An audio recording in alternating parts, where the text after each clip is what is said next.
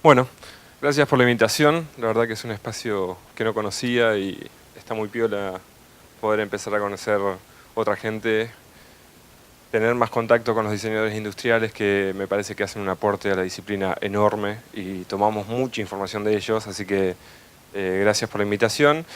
Voy a presentarles lo que hacemos en el hospital y traje un caso particular que tiene que ver con el diseño de algo físico que nos trajo hermosas experiencias. El Hospital de Buenos Aires, el Hospital Italiano de Buenos Aires, les doy un poco de contexto porque es interesante entender dónde estamos trabajando. Es un ámbito muy complejo el de salud, ya por ser de salud, pero siendo un mega hospital, tenemos ciertas dificultades con la cantidad de usuarios que tenemos, los 1.900 administrativos, más de 5.000 profesionales de la salud, en donde están enfermeros, médicos y técnicos, y esto que cada vez crece más, que son más de 3 millones de consultas al año. Eso, a nivel registro de una historia clínica electrónica, toma dimensiones que van generando un montón de información que hay que analizar, que hay que entender, que hay que procesar. Así que el ámbito es muy complejo. Este proyecto en sí, en el que estuvimos trabajando y que les vamos a mostrar, tenía que ver con que estábamos en un proceso de acreditación de HIMSS y de Joint Commission. En el caso de HIMSS es una auditoría que se hace a historias clínicas electrónicas y por ese proyecto logramos tener el nivel máximo, que es el 7, y que en la región latinoamericana somos prácticamente los únicos. Joint Commission ya nos habían aprobado, pero todos los años hay que estar revalidando esa auditoría, así que hay un montón de proyectos que están supeditados a este tipo de auditoría. Y el modelo que tenemos propio es in-house. Desarrollamos todo el software del hospital, dividido en dos capas, clínica y administrativa. Y eso lo hacemos dentro del Departamento de Informática de Salud del hospital. Y el departamento está conformado por un contexto muy interdisciplinario. Convivimos. En un principio, la residencia de informática en salud es una especialización de los médicos que estudian cómo informatizar un hospital. Es una especialización como si hicieran cardiología, pediatría, etc. Pero se dedican a aprender cómo informatizar el hospital. Hay un área también de informática clínica, que ya son todos los médicos que se recibieron en esta especialidad, así que trabajamos y ellos van liderando ciertos proyectos. Tenemos el área a la que nosotros pertenecemos, que es ingeniería de software. Tenemos también un área de bioestadística, hay una serie de áreas interdisciplinarias que ayudan a ir construyendo un montón de cuestiones que tienen que ver con la historia clínica electrónica del hospital. Y ahí entramos nosotros con la experiencia de usuario. ¿Vieron esta imagen? Supongo que ya la conocen millones. La traigo a colación de un comentario que me hizo uno de los médicos. Es decir, yo vi esta imagen. Sí, yo entendía que el caminito se había hecho con diseño, se había tomado en cuenta el usuario. Y había otro camino que es la referencia y que todos conocemos como para aprovechar la experiencia, no aprovechar, sino que la indagación que podemos hacer en un usuario y por qué está utilizando este corte de camino, cuál es la motivación para no hacer el uso de esa vereda hermosa en el que vas a ir con la bicicleta mucho más suave, pero no. Pero me dice, yo tengo una crítica a eso, porque el hecho de aprovechar ese camino que genera un usuario que por ahí está hackeando una interfaz o está hackeando un sistema, para nosotros no es seguro. Entonces, una de las dificultades que tenemos a nivel de experiencia de usuario es, no solamente tenemos que facilitar la tarea del usuario, sino que tenemos que ver que esa tarea también sea una práctica segura para el paciente. Entonces no implica solamente el aceptar el hackeo y dar una solución a partir de eso, sino que tenemos que entender que existen protocolos de seguridad que muchas veces van en contra de la facilidad de trabajo que puede tener un usuario.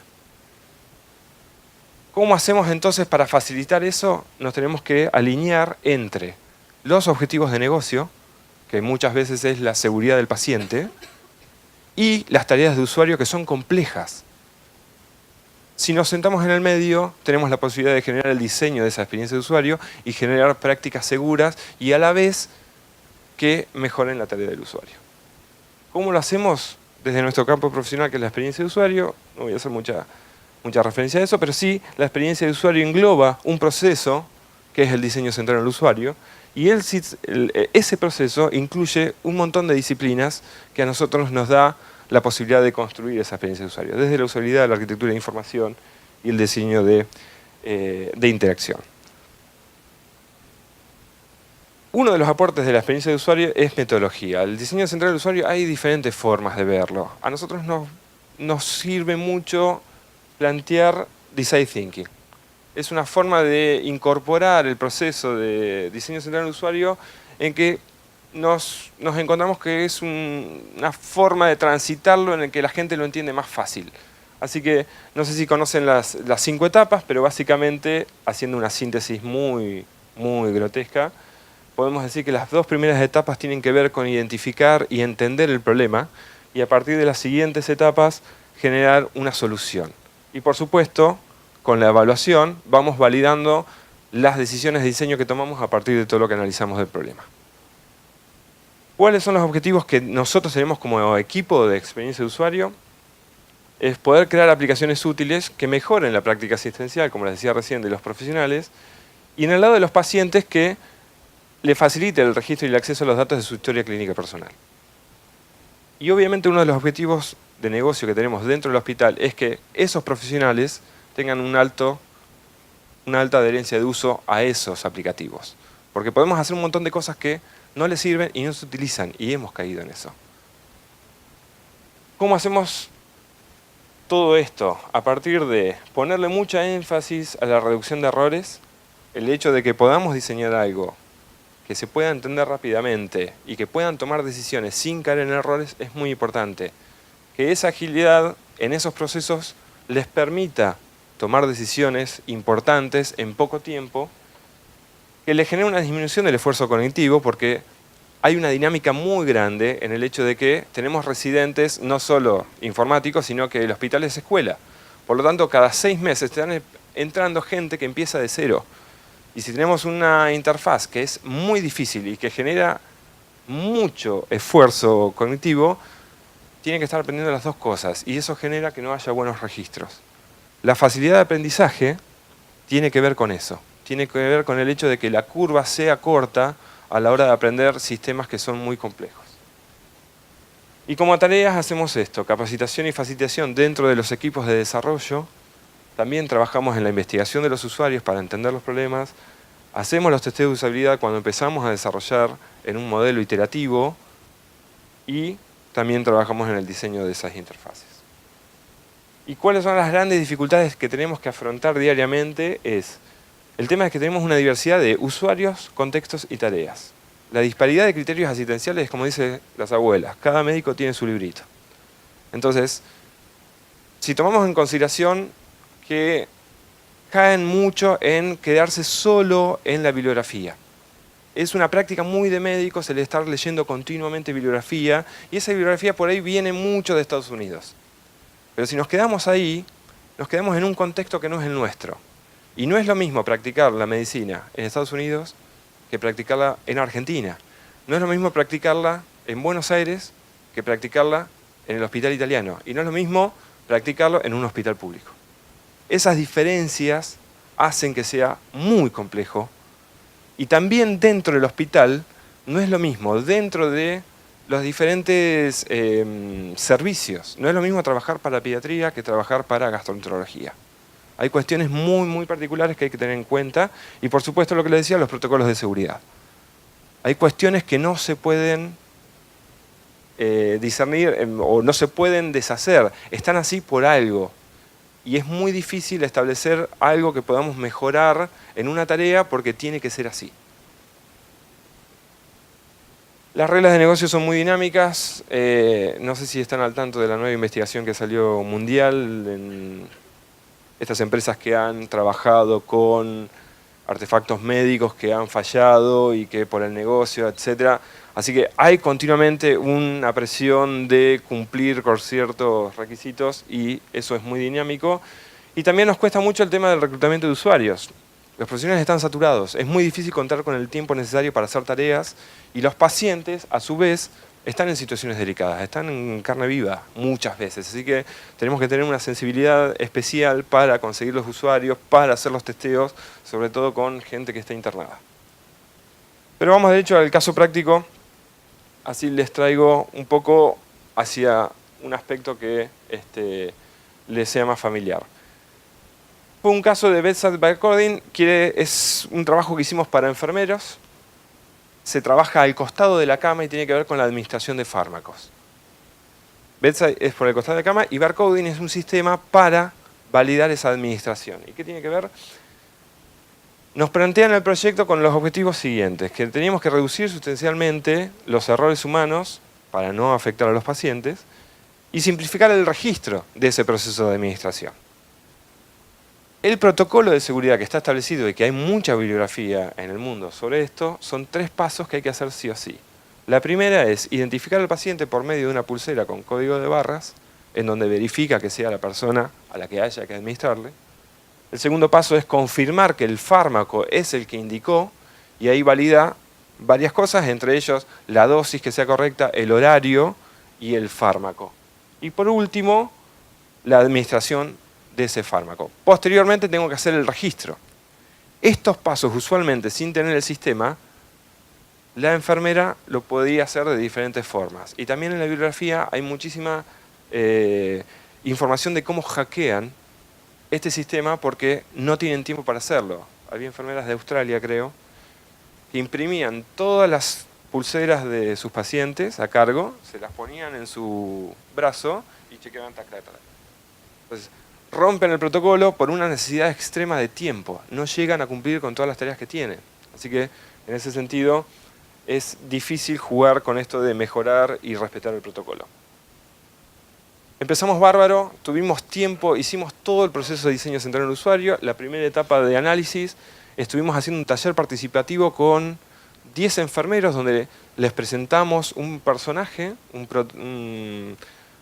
Jorge Lescano, para hacer referencia a, no a ellos mismos, sino a un personaje, un arquetipo de usuario.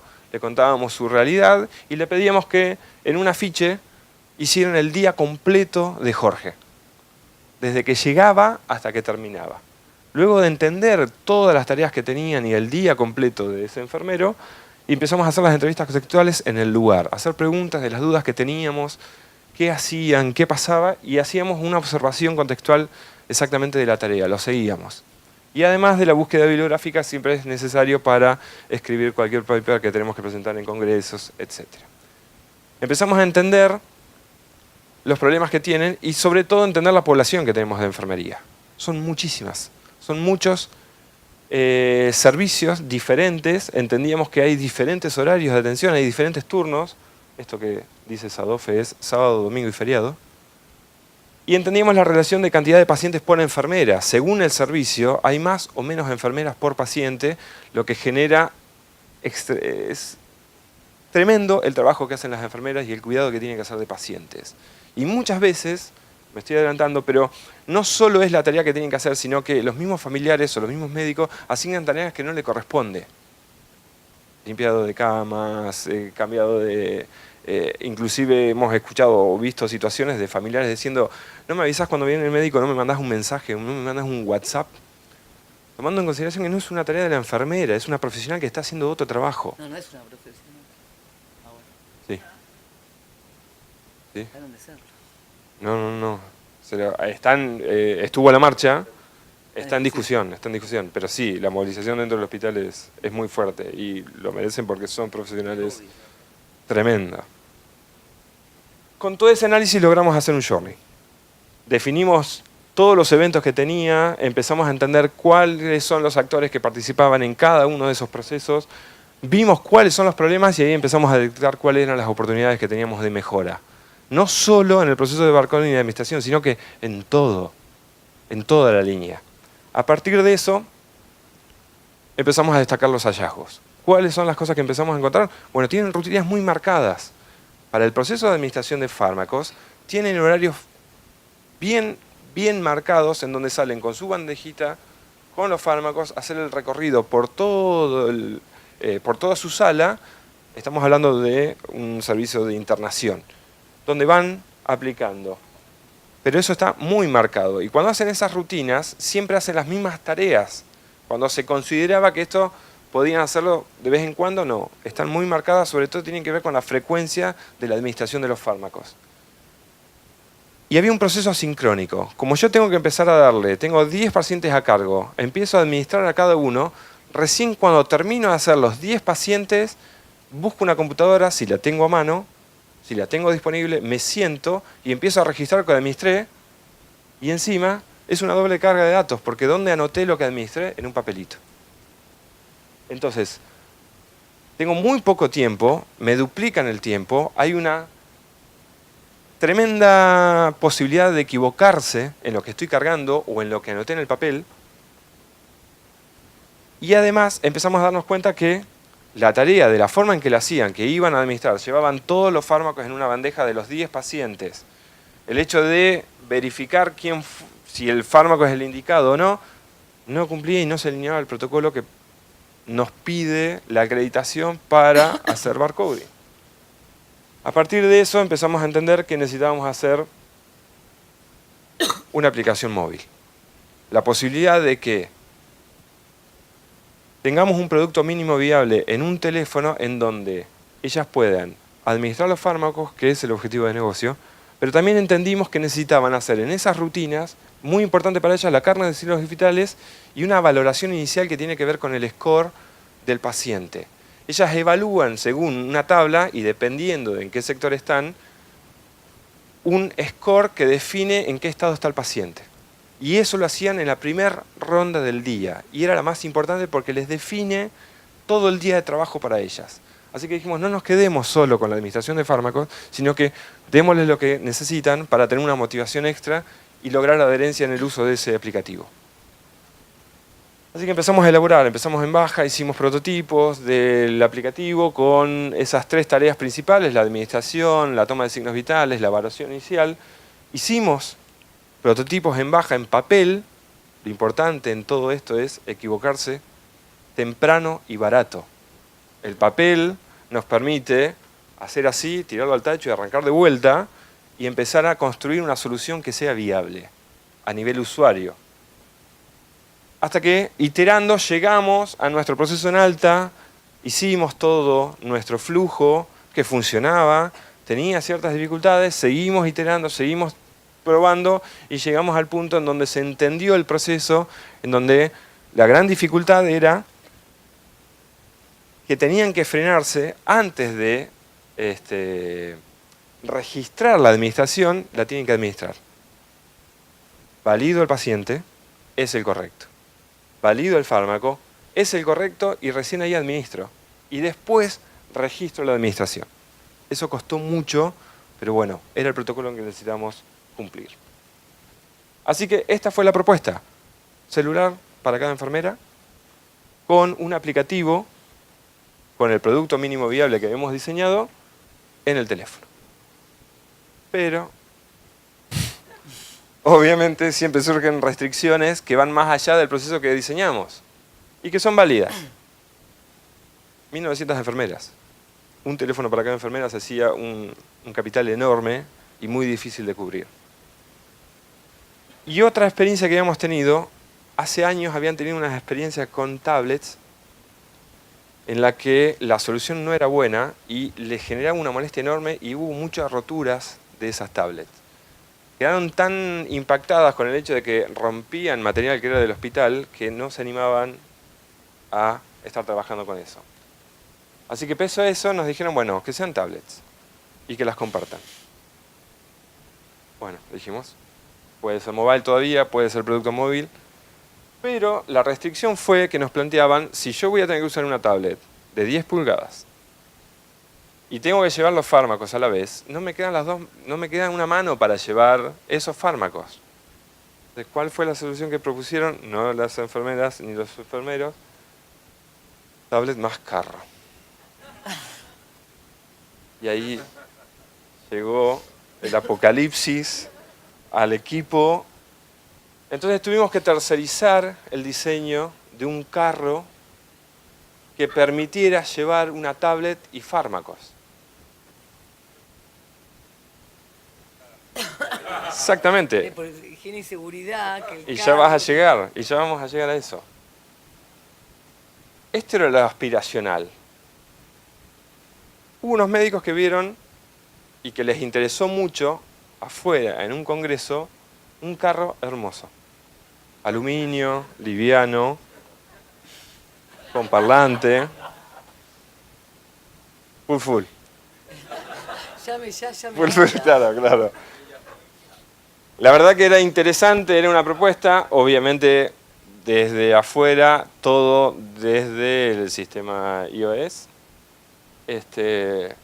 Precioso. Pero nos encontramos con la dificultad de que no podíamos importar la cantidad necesaria para poder hacerlo. Así que ahí fue la decisión de decir, bueno, abramos un concurso, empezamos a tercerizar y planteamos estas especificaciones para el diseño del carro. Y el grave problema es que no hubo un proceso de diseño centrado en el usuario para diseñar el carro. Ahí es donde perdimos. La próxima en el INTI. Este fue el resultado. De lo que esperábamos a lo que teníamos. Y quiero hacer hincapié en que fue frustrante, pero también hay que tener en cuenta el contexto de un diseñador industrial en que no tiene un soporte para trabajar en prototipos en alta, que tiene que presentar en un hospital y que necesitamos un número enorme para poder hacer un piloto. Entonces es muy difícil conseguir que alguien pueda llegar a hacer en los tiempos que necesitamos una herramienta que nos sea útil. Entonces muchas cosas eran que se caía la tablet, es una silla. El ruido que generaba esto con el canasto es inviable. Y tenía un pequeño problema que de cabezón se iba de cabeza. Entonces había que llevarlo despacito desde atrás. Ninguno podía cumplir. No es por criticar el trabajo que habían hecho esos diseñadores, pero sí es muy difícil de entender y no hubo, insisto, un proceso de ir a recorrer los lugares donde necesitaban estar los carros para ver qué era lo que mejor se adaptaba. Nosotros no trabajamos en el proceso del diseño del carro, fue algo que fue por afuera y nos impactó demasiado. Pero hubo un ganador. Conseguimos un proveedor que nos podía dar las dos cosas, el carro y el hardware, que sería la tablet. Muy lindo, nos gustó, lo vimos, fue interesante, era silencioso, pero como era de ser, tampoco siguió un proceso de diseño centrado del usuario y empezamos a tener los siguientes inconvenientes. El primero, la tablet. ¿Cuántos puertos USB tiene una tablet? 1. Necesitamos 2, porque 1, al ser tablet y estar en un carro, no íbamos a poder utilizar la tablet para sacar la foto al código de barras, ni del paciente, ni del fármaco. Por lo tanto, necesitamos una lectora. Esa lectora va al puerto USB, de donde cargamos la tablet. Entonces hicieron un invento que abrieron la tablet, sacaron un cable que quedaba hermoso y engañaba al Android desde un power bank y no se ve acá, ahí está el cable. Podíamos enchufar el carro para que se cargue la tablet. Pero resulta que esa modificación no dejaba, ya el indicativo del icono de carga ya no era verdadero, sino que era un estimado que, según el power bank que tenía pegado atrás, que tenía 4 lucecitas, te decía qué tanta carga tenías. Tuvo una ventaja que lograron que la autonomía de la tablet durara 3 días. El problema era cargarla.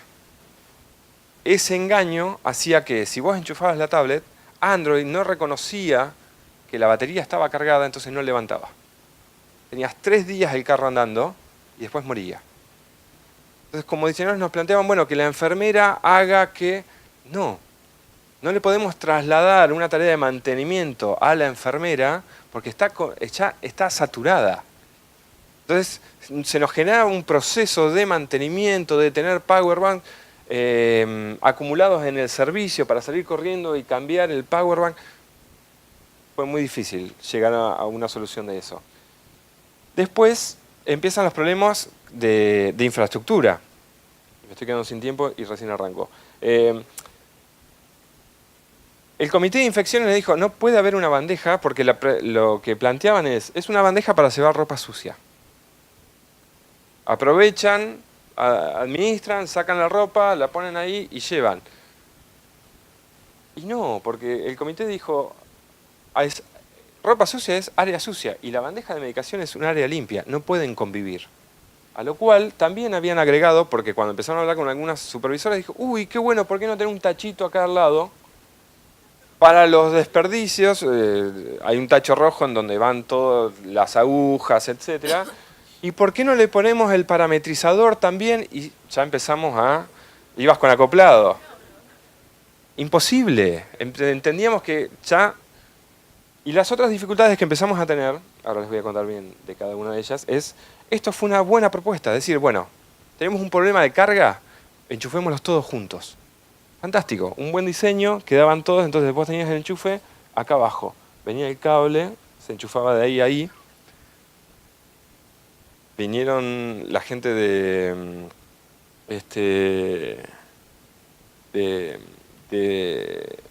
seguridad y nos dicen, esto no es apto eléctrico. Ustedes no pueden poner en puente 5 carros cargando porque no aguanta la toma. Y además hay tomas en las que no se pueden utilizar porque justamente están para contingencia. Hay un grupo electrónico, están marcados esos enchufes para que se utilicen en caso de que se corte la luz. Y no tengo la foto, pero me hubiera gustado traerla. Hemos encontrado carros enchufados a sí mismos. El Affordan que tenía era así, entra perfecto, y la gente pensaba que estaban cargando y no, estás enchufado en vos mismo. Así que tenía muchas dificultades en ese proceso de capacitación, etcétera, que necesitábamos corregir. Así que eso tampoco lo pudimos hacer, y además el costo que tenía cambiar toda la línea de electricidad era el mismo de contratar 2 enfermeros más por servicio. No podíamos proponer eso. Pero bueno, ¿cuáles fueron los grandes problemas que tuvimos con el carro? Los espacios. El hospital tiene 100 y pico de años. Conviven edificios de 120 años con edificios nuevos. Entonces las habitaciones son muy dispares. Tenemos escalones, tenemos lugares donde no pasaba entre 2 camas. También tiene que ver el tipo de intervención que tiene el paciente en la internación. Si es alguien que tiene una intervención torácica y tiene el respirador al costado, el carro no llega al costado porque ya está, todo lo que está al costado de la cama no tiene espacio. Y si un familiar corría algún mobiliario, que es de suceder, corro la silla o la cama que tengo porque quiero estar más cerca, más cómodo, el carro no entraba. Hay un problema de mantenimiento, no podemos tener 6 millones de carros diferentes, o 6 tipos de diseño de carros diferentes, o 6 tipos de tablet. Hay que mantenerlas, hay que hacer la actualización de la aplicación, etc. Así que eso también tenía muchísimo. Y esto es de lo que más se quejaron. La luz y el ruido de la pistola. Piensen, la nursery, bebés, todos durmiendo de noche. ¡Pip! Se salta ahí y un fogonazo. Se les despertaron todos. El contexto es importantísimo en el hospital. Así que eso fue una de las grandes molestias que nos daba la pistola. Y esto es genial, lo que decías. Además de tener la licencia, por ahí ibas arrastrando 2 carros. Porque el carro del saturómetro estaba en otro, porque también se cargaba y era un equipo grande.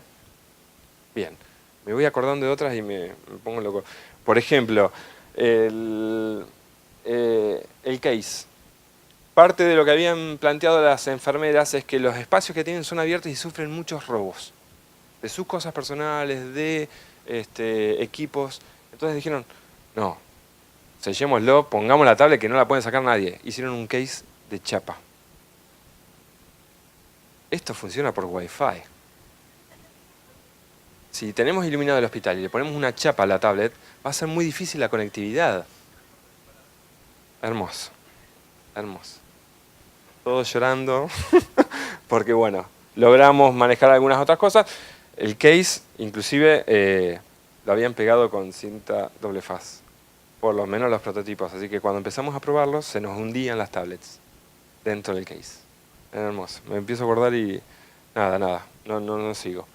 Los resultados. Pero a pesar de todo esto, a pesar de haber tenido un proceso de diseño centrado en el usuario en la aplicación, que fue muy bueno porque la gente se enganchó, empoderamos a los usuarios, entendieron que los estábamos usando, lo diseñaron ellos.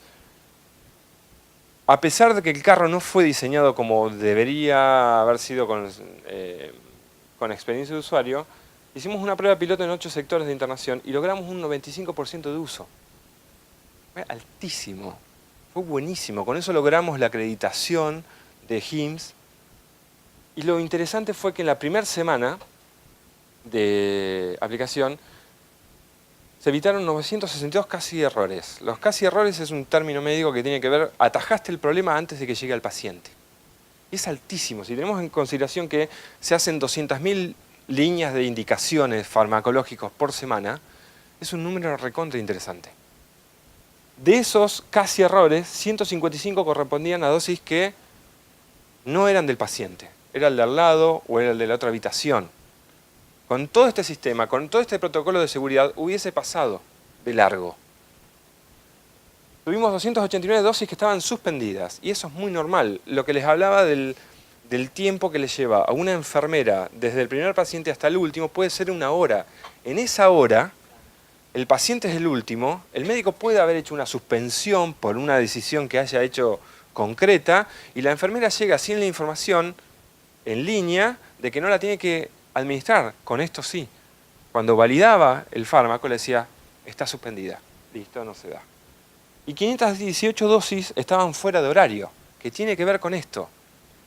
La peridosis, que se le llama, es establecer una regla que tenés hasta una hora y pico, una hora y media, entre una dosis y la otra. Así que establecimos reglas en el aplicativo para que te diga, esta dosis que estás administrando, ¿es de las 9 de la mañana o es del mediodía? Y establecer eso ayudó a este tipo de errores. Así que el costo que llevó a tener todo esto fue necesario y fue muy bueno porque se genera una cultura de cuidado del paciente. El hecho de estar atento a no provocar errores, no inducir errores, y también facilitar la tarea de los enfermeros. El hecho de que tardaban una hora, ahora se hace una reducción de tiempo enorme porque no tiene que estar con el papelito anotando y no tiene que ir a una máquina a registrar lo que hizo. Automáticamente la aplicación ya carga todo en la historia clínica electrónica. Por lo tanto, llegaban, se sentaban y ya veían todo su trabajo hecho. Eso fue un impacto enorme. Así que volviendo un poco a los aportes de experiencia de usuario en salud, ya cierro. Del lado del paciente tenemos una distinción muy grande que son sanos y enfermos. Para el primer grupo es el denominador común, son los pacientes sanos.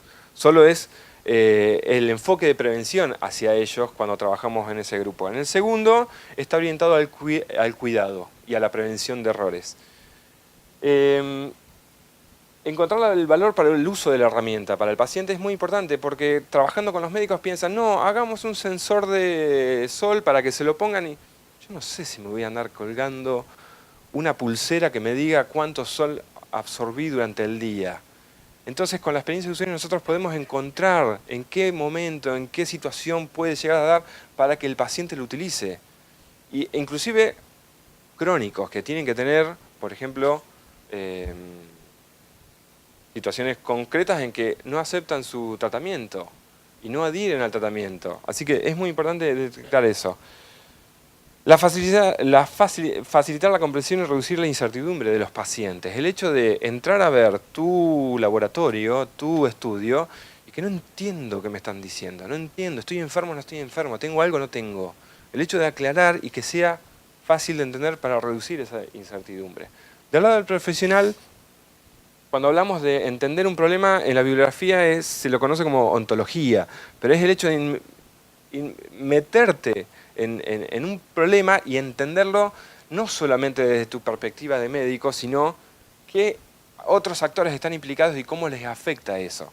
Y el hecho de hacerles entender que en la práctica tienen tan naturalizados los procesos, las tareas y los contextos que dejan de lado un montón de detalles, porque ya están naturalizados y es ahí donde decimos, no, miren, esto lo estás haciendo automáticamente, pero esto lo podemos incorporar de otra forma.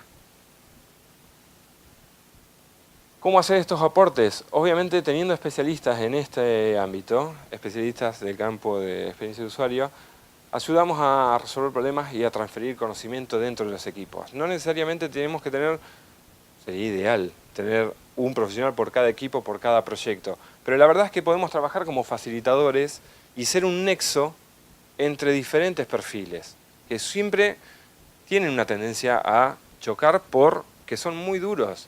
tanto médicos como desarrolladores. Nos paramos en el medio y empezamos a construir lenguaje entre todos, porque las discusiones son eternas y muchas veces en el aire. Así que recién hablamos con Eduardo de eso, es fundamental el hecho de poder construir un lenguaje en el equipo en el que todos entendamos lo que estamos haciendo y para quién lo estamos haciendo. Y sobre todo, incorporar el usuario de alguna forma en el equipo. Y eso lo hacemos a través de la investigación de usuarios. Es poder entender y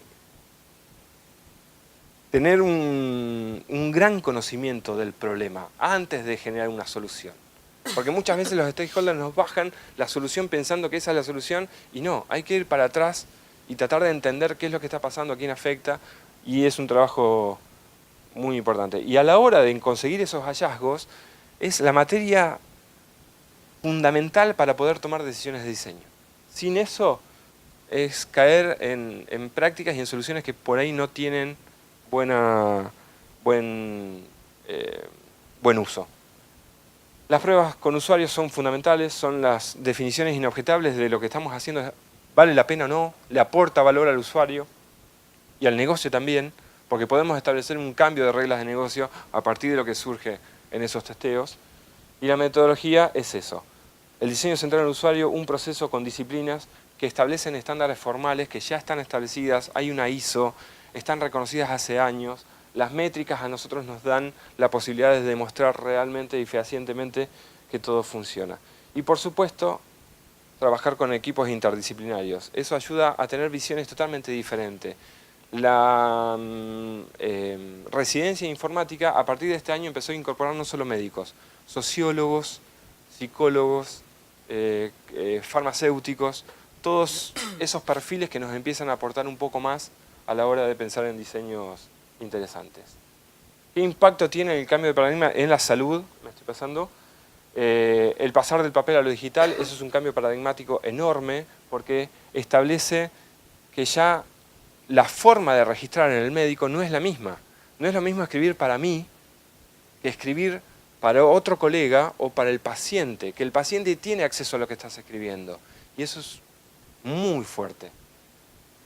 Lo teórico versus lo cotidiano. Están muy apegados a la teoría, al librito, es el debe ser. Y en realidad el debe ser no se puede trasladar muchas veces a una interfaz digital. Hay que establecer la tarea antes del debe ser. Y para establecer la tarea la tenemos que conocer bien, tenemos que conocer el objetivo y la necesidad de ese usuario que está trabajando con esa interfaz. El vuelto cultural del registro clínico es enorme porque justamente genera la transferencia de control. Ya la historia clínica no es del médico, es del paciente.